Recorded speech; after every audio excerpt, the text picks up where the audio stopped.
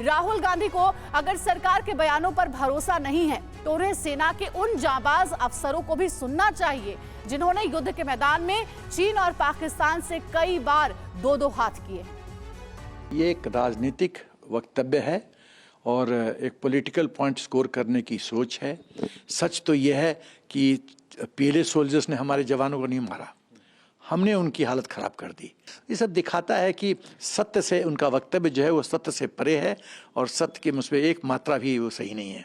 वो जो मर्जी अंग्रेजी में बोलते रहें, आपको उनको आंकड़े पता होने चाहिए, उनको आंकड़े पता लगा के लगाएं। कोई थ्रैशिंग नहीं हो रही, चाइना मार खा रहे हैं। उन्होंने गलवान में भी उनके ज़्यादा लोग मारे गए और अभी भी उनकी ज़्यादा पिटाई हुई है। स्टेटमेंट जो राहुल गांधी की बड़ी निंदनीय है।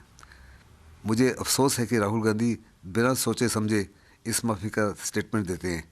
ये साफ तौर पे दर्शाते हैं कि ना तो वो अपने हिंदुस्तान की फौज को समझते हैं, ना हिंदुस्तान की फौज जानते हैं। ये जनाब फूल की खेती करके 1 एकड़ में 1 साल के 30 लाख तक कमा रहे हैं।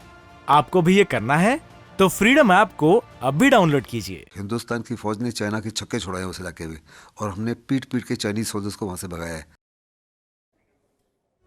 तो देखिए, सेना के अफसरों का बयान हमने आपको सुनवाया है। एक बार फिर से कांग्रेस की प्रवक्ता महिमा सिंह के पास में आना चाहूंगी। महिमा जी, राहुल गांधी का बयान भी आपने सुना, सेना के ऑफिसर का भी बयान आपने सुना। कब कब राहुल गांधी ने एलएसी कॉन्फ्लिक्ट को लेकर बयान दिया, सवाल पूछे, ये भी हमने आपको बताया है। आप जरा साफ साफ एक शब्द में बताइए कि क्या राहुल गांधी का ये जो बयान है भारतीय सैनिकों को लेकर के, क्या उनके मोरल को डाउन नहीं करता है? आप इस बयान से सहमत हैं या नहीं? कांग्रेस पार्टी क्या कहेगी? आपने बोला एक शब्द में बताइए, एक शब्द में कैसे बताएं आप? पूछेंगे क्या ये अनफेयर? क्या आप जवाब के लिए उपयुक्त अवसर कई बार भी बार गुजारिश करूंगी कि अवसर हस्तक्षेप महिमा जी अपना पक्ष आप बताइए। आने के हैं इधर उधर की बातें करके वरना आप एक तरफा नैरेटिव बनाने के गुनहगार होंगे। महिमा जी आप लोग एक तरफा नैरेटिव बनाना चाहते हैं तो कांग्रेस के प्रवक्ताओं को न बुलाएं। महिमा जी प्रवक्ताओं को बुलाते हैं। महिमा जी आप इस पर जवाब दीजिए। फैक्ट आप देंगे उपयुक्त अवसर तो मैं बोलूंगी। बोलिए। वरना आप उपयुक्त अवसर देंगे जी, बोलिए। Not desperate. अच्छा महिमा जी, पूरा वक्त है, आप बोलिए ना, प्लीज बोलिए। मैं 2-3 जरूरी बिंदु यहाँ बताना चाहती हूँ। 30 जनवरी 2020 को राहुल गांधी जी ने कहा कि कोरोना महामारी आने वाली है। उस समय के जो तत्कालीन स्वास्थ्य मंत्री थे उन्होंने उसका माखौल किया और उसके बाद जो हुआ वो सभी ने देखा। उसी तरह से चीन को लेकर वो लगातार बोलते रहे हैं। आज भी आप सवाल उठा रहे हैं वो राहुल गांधी के बयानों पर। प्रधानमंत्री के मौन पर कोई सवाल क्यों नहीं है? डोनेशंस पर बात हो रही थी। इंडिया फाउंडेशन और विवेकानंद फाउंडेशन और पीएम केयर्स फंड को चीन से जो डोनेशन आया जिसका कहीं खुलासा भी नहीं है, उस पर कोई सवाल दिया है ना अपना। चीन के जो हस्तक्षेप कर रहे हैं, मैं बड़े दो टूक तरीके से उत्तर दे रही हूं, मैं घुमा नहीं रही हूं बातों को। आप उत्तर सुने, उत्तर सुनने का धैर्य भी रखें। आपने जो सवाल पूछे हैं उसमें श्वेत पत्रों पर सवाल नहीं पूछा कि स्टेटस को आंटे को लेकर के 2020 के अंदर बात उठाई गई थी, उसके बाद से क्या क्या हुआ है, क्या उस पर कुछ श्वेत पत्र जारी किए सरकार ने? आपने बोला ये आज जो सवाल राहुल गांधी पर या दूसरे नेताओं पर उठ रहा है, 1962 में यही सवाल अटल बिहारी वाजपेयी पर क्यों नहीं उठा? क्योंकि वो भी सरकार पर सवाल उठा रहे थे और राहुल गांधी। चलिए ठीक है, तमाम सवाल आपने उठाए। राजीव जेटली जी हमारे साथ बीजेपी की तरफ से, मैं आपको पूरा वक्त दिया है, राजीव जेटली जी को सुन लेते हैं। राजीव जी, तमाम सवाल आपने सुन लिए, राहुल गांधी उठा रहे, महिमा जी उठा रही हैं, इन सवालों का आपके पास क्या संक्षेप में जवाब होगा?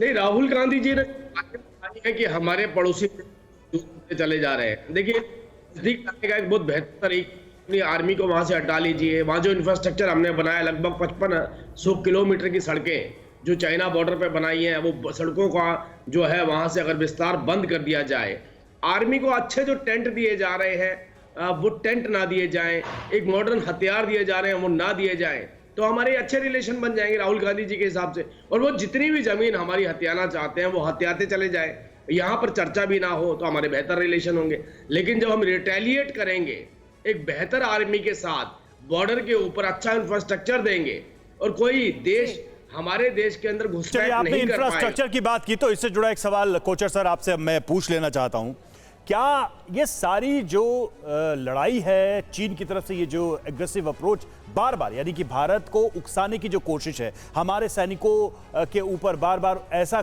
कोशिश कि वो प्रवोक हो, वो उनको मारे पीटे भगाएं, जो जैसा कि हमने देखा कि हमारे सैनिकों ने किया, क्या ये इंफ्रास्ट्रक्चर की सारी कहानी है? भारत जो इंफ्रास्ट्रक्चर बिल्ड कर रहा है वो ड्रैगन को फूटी आंख भी नहीं भा रहा। देखिए, अगर आप 2020 की सिचुएशन देखेंगे तो DSDBO दरबुक श्योक रिवर पे जो पूरा हमारा हाईवे बना है वो PLA को गवारा नहीं था।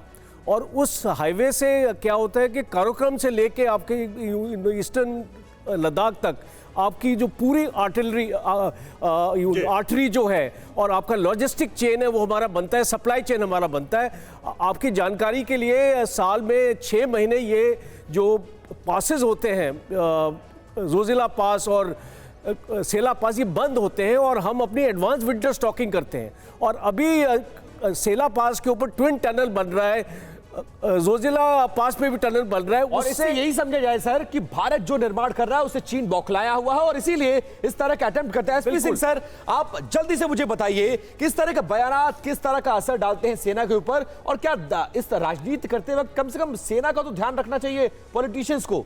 देखिए, बिल्कुल सही बात है। आप ये जानिए कि हमारे सेना के जवान हमारे इसी धरती से आते हैं, इसी देश की रक्षा के लिए जाते हैं और वो अपने पूरी फैमिलीज को, अपने रिश्तेदार सबको पीछे छोड़कर इन ऊंचाइयों पर, इन सर्दी में ऐसे भीषण सड़क पर बैठे हुए हैं देश की रक्षा करने के लिए। वो उनका मोटिवेशन नहीं चाहिए वहाँ पर उनको लगाता है। नहीं तो आप सोचिए -50 डिग्री टेम्परेचर में एक गन पकड़ के कौन बैठेगा?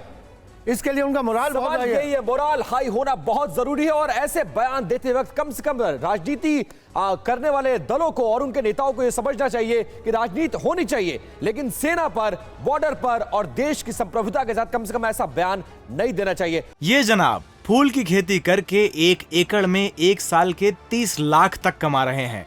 आपको भी ये करना है तो फ्रीडम ऐप को अभी डाउनलोड कीजिए।